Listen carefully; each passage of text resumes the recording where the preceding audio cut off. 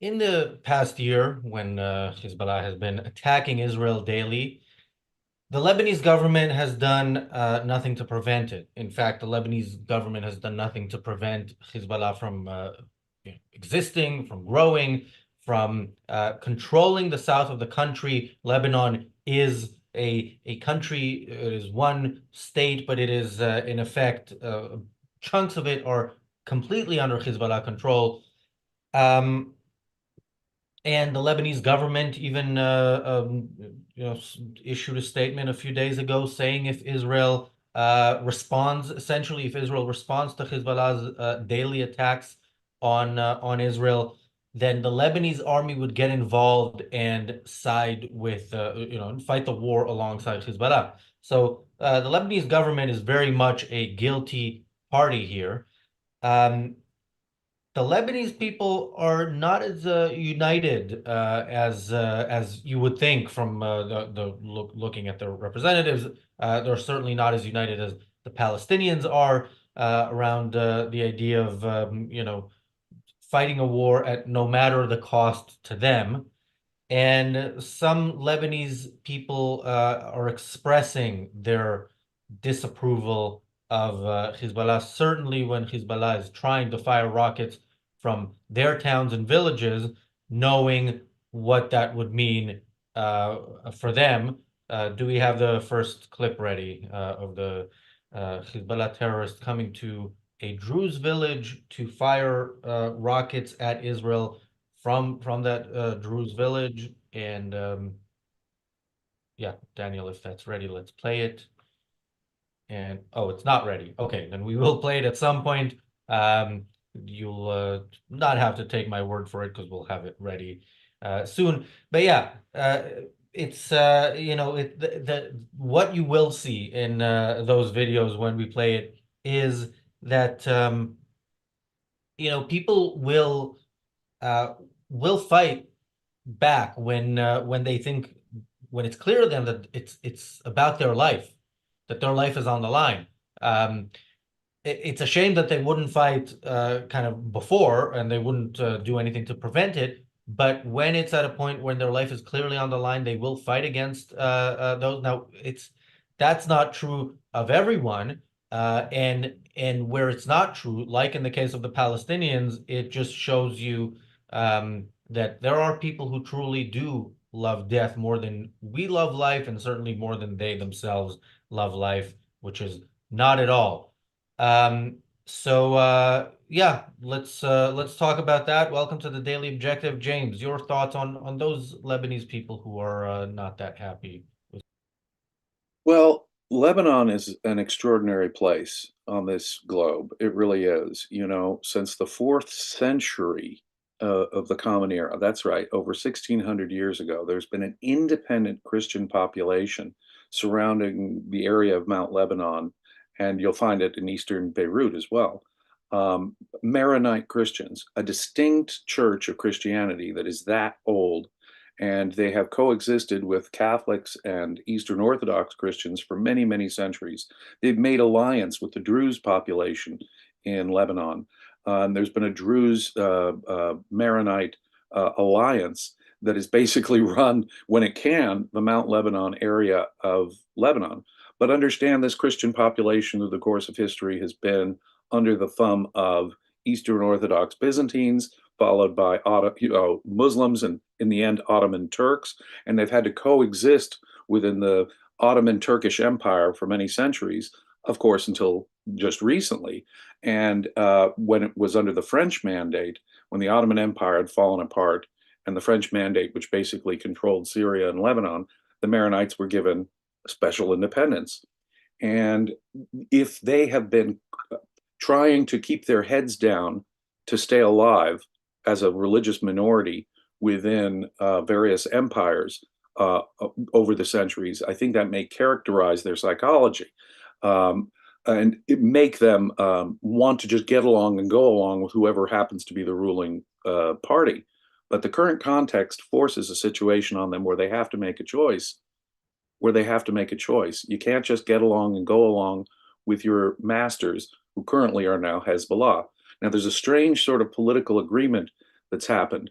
The president of Lebanon must be one of these Maronite Christians. Now, consider about 25%, maybe a quarter of the population of Lebanon is Maronite Christian, mostly concentrated around the Mount Lebanon and East Beirut areas.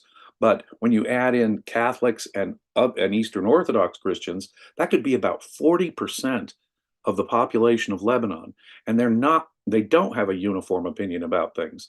But my Christian friends in Lebanon, this is choice time. There is no option here. Your government is part of aggressive action against Israel today. You cannot just keep your head down and hope to survive, as has been your strategy for centuries, Christians in Lebanon. You yourselves are now, in fact, your leadership, the leadership of those Christians, is now allying itself with Hezbollah. This does not reflect the rank and file view of all the Christians in Lebanon, as I understand it.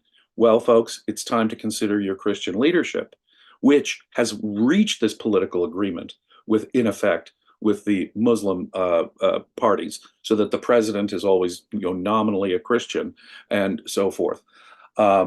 So it's a very complex situation in Lebanon. When I was a teenager back in the 1970s, and in the 1980s, I had a friend a college buddy. He had grown up in part in Beirut.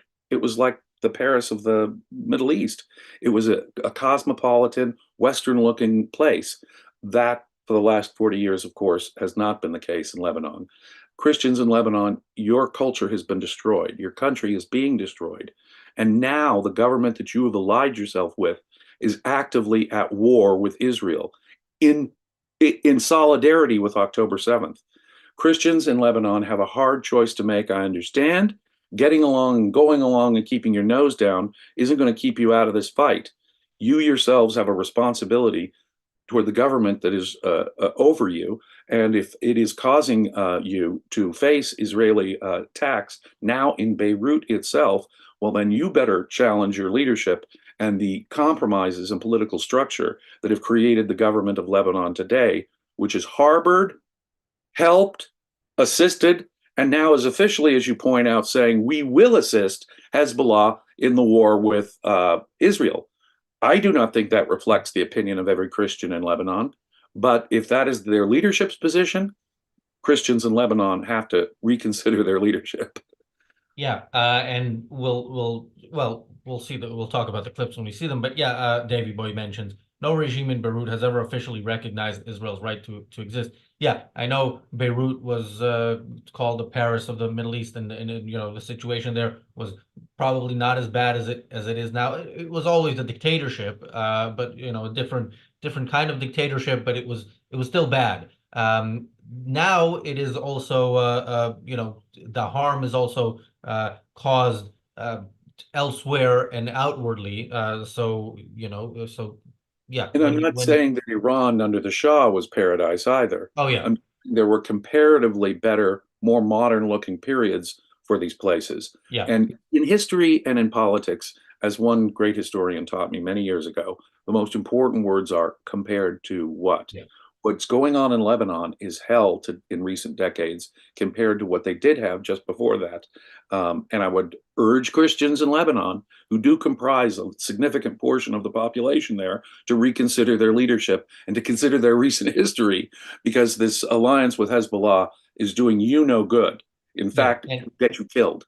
And I would urge Israel to urge the Christians in more and the Druze in a more active way. So Paul says, UN makes me sick. The disgusting Turkish president should be immediately expelled, along with the Palestinian representative, and all aid to Gaza and Judea and Samaria stopped immediately. First of all, well, while I agree with the entire sentiment, I don't think any of these should be kicked out of the UN. I think the UN should be kicked out of the US. Yeah, kick them out. The US should leave. The free countries should leave. This is not an organization that can be reformed for the better. By the way, we're going to talk about the UN on tomorrow's TDO. That's going to be the whole episode. Yeah, the leaders of the world are doing their annual thing where they go to New York and one by one, nowadays, hate on Israel. This is the first UN General Assembly since October 7th. So what can you expect? I would encourage people to watch Argentinian President Javier Milei's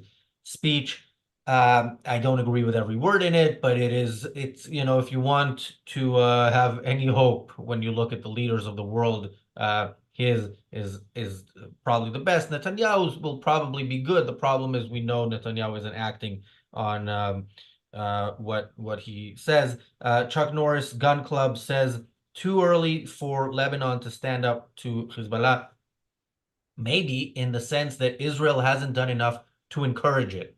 And yeah, more should be done um, to encourage them to reconsider their position. But enough is done to cause scenes like this one that we now have the video for in the Druze village in Lebanon, where Hezbollah wanted to fire rockets at Israel from, and this was the reception they got.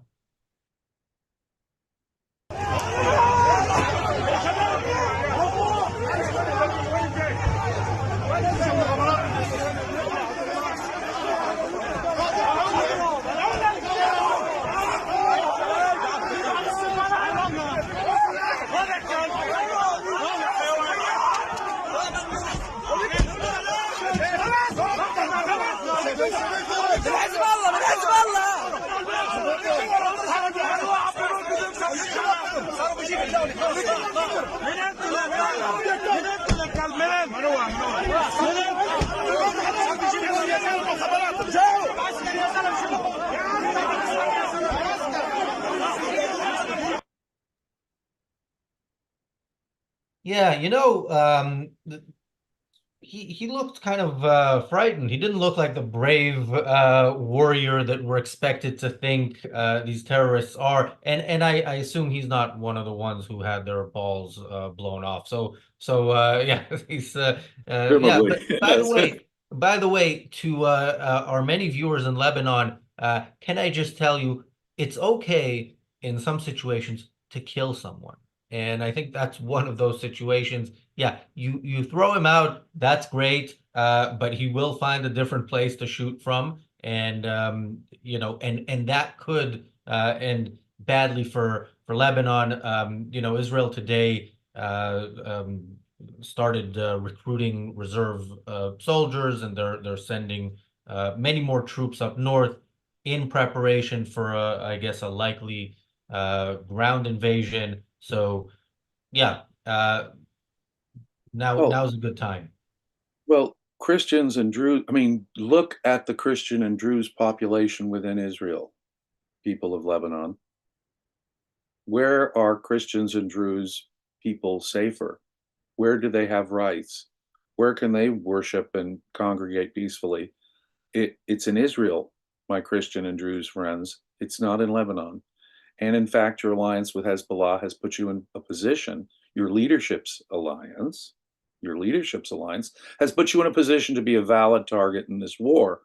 And so, yeah, it's time for you guys to consider whether this alliance, your leadership's alliance with Hezbollah, is serving your interests.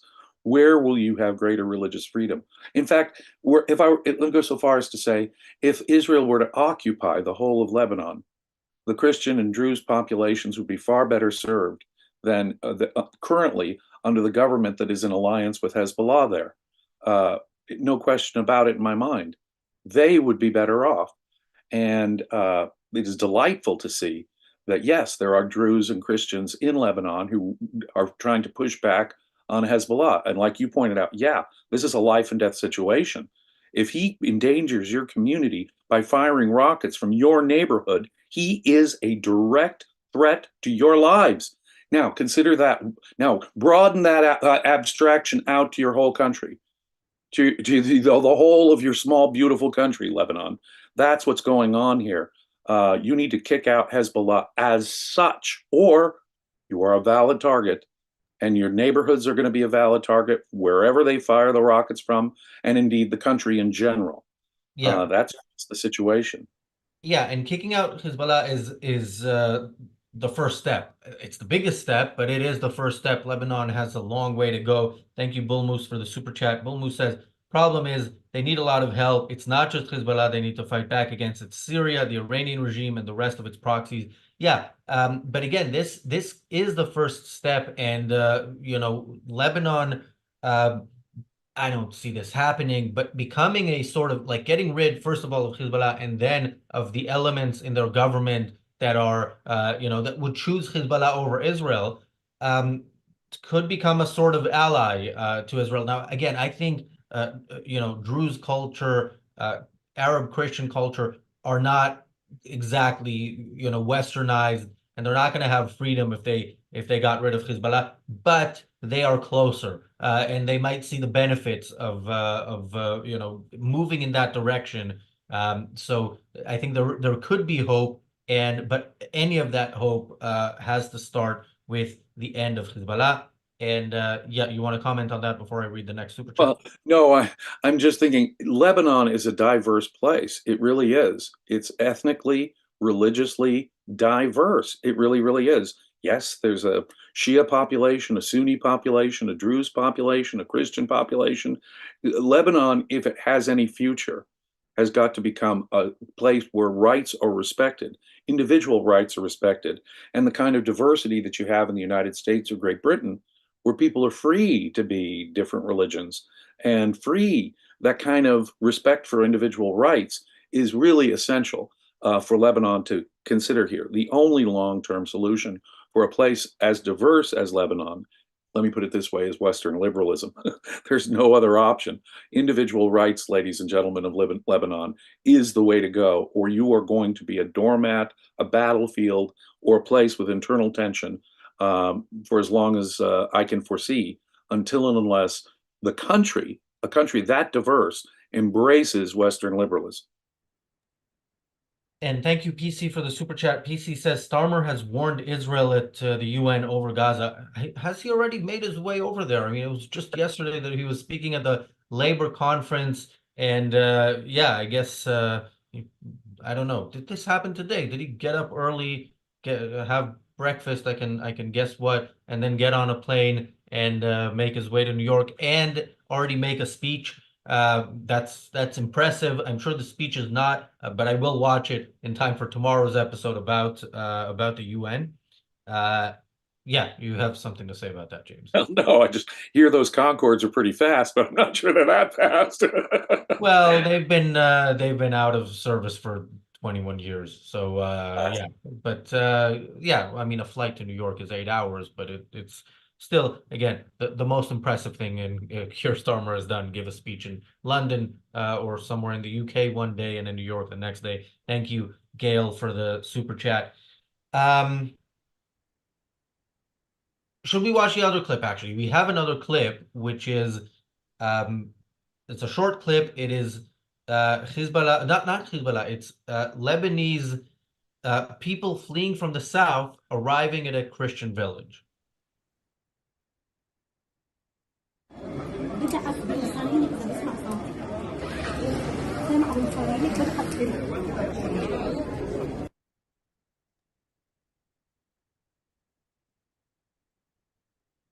Yeah, I don't know if we can tell much from that clip, but essentially what it is that people don't want the refugees from the south because while we hear that anybody ever killed in any Israeli military action is necessarily an innocent civilian, a woman and a child at the same time, uh,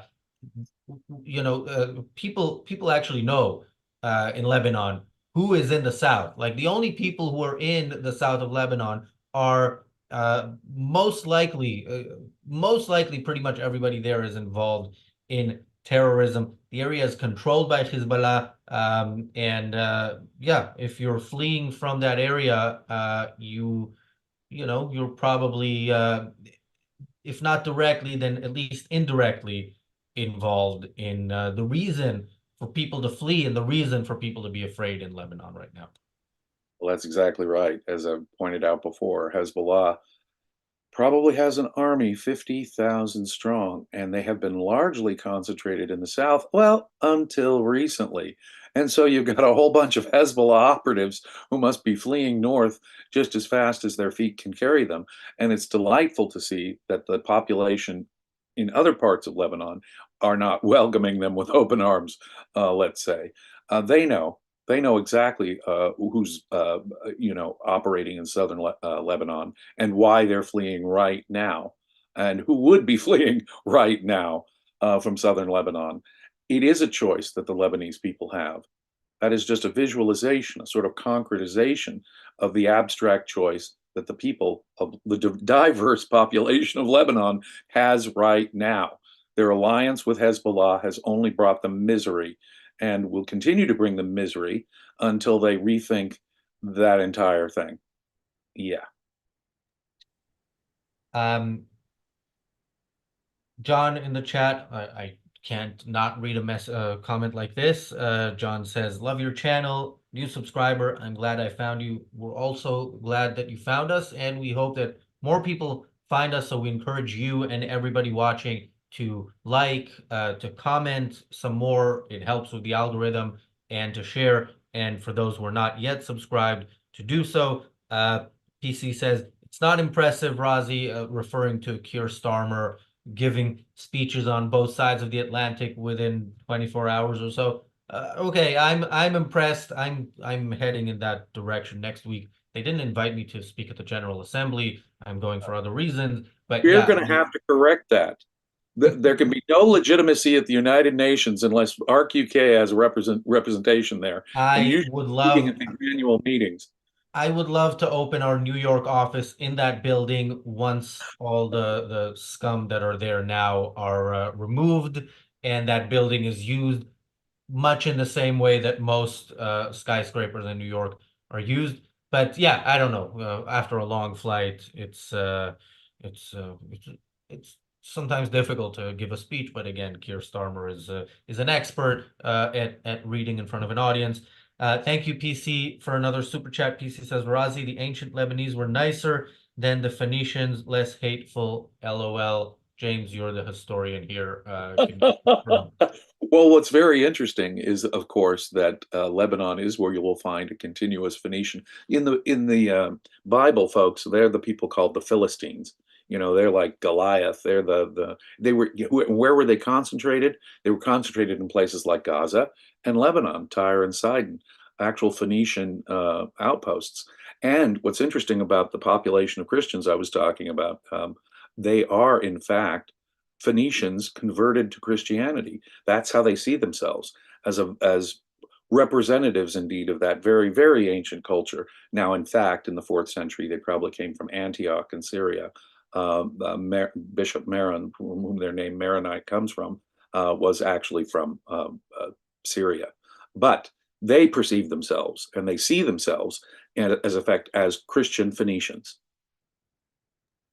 And Jesse says Lebanon really needs to change its government structure. There's no representation for secular people. Yeah, again, I think the good people in Lebanon will see this as an opportunity. Now, if you are, your country is being bombed, you would be scared, even if you are fully rational and know that it's the right thing to do, because you don't know if your next door neighbor might be Hezbollah and that might harm you. But in the long run, yeah, you do think, okay, is there an opportunity here? And we said this yesterday when we responded to the U.S. Somebody in the U.S. saying Israel has set Hezbollah back 20 years in the past week, and we said that's not far enough. It's about halfway there. But yeah, we Getting need there. to set them back to before they existed. That's how Right. far back they need to go. But if Israel actually does that, and now, by the way, we probably should have discussed this, but I'm sure we will have the opportunity. There's the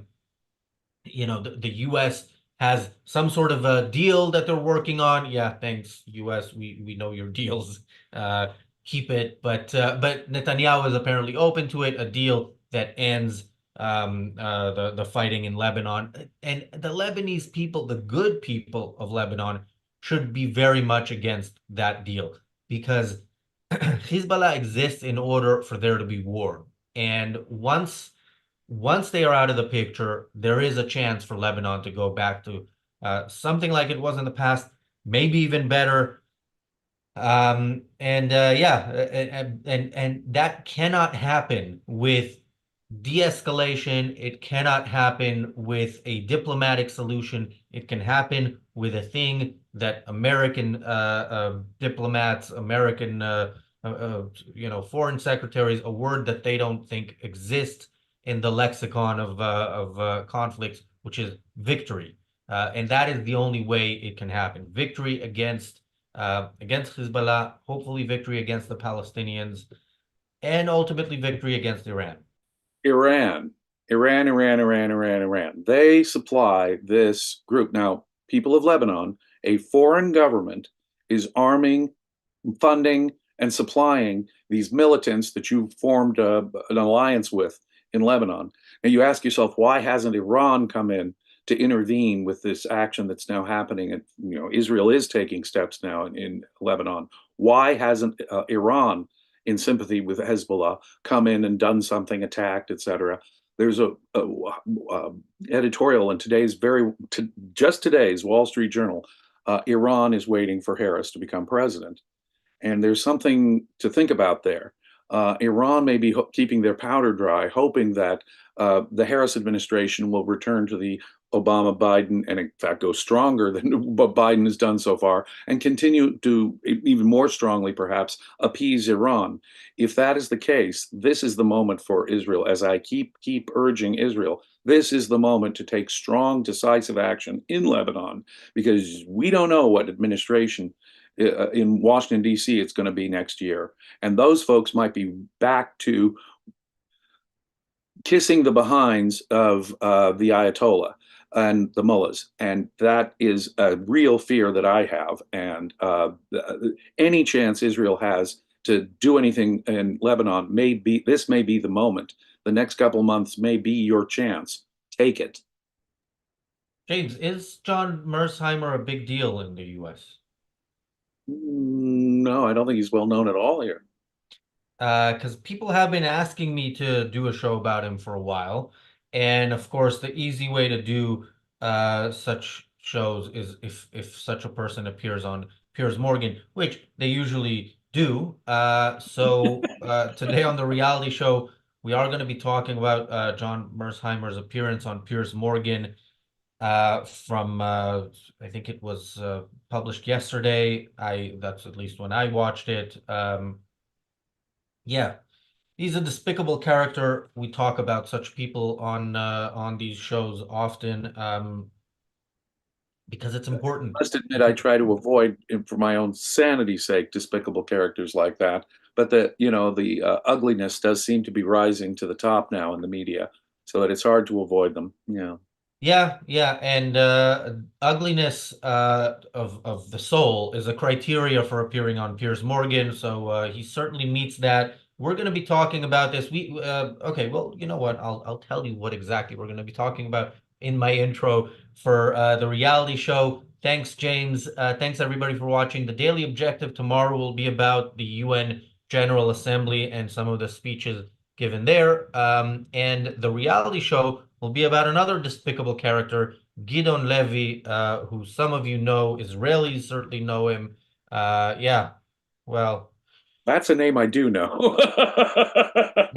if he's with that well known, yeah, that's a shame, but I can see why. I know why the Palestinians like to point to him as one of their own, which he is. All right, thanks, James, and yeah, the reality show starts in a couple of minutes. Be well.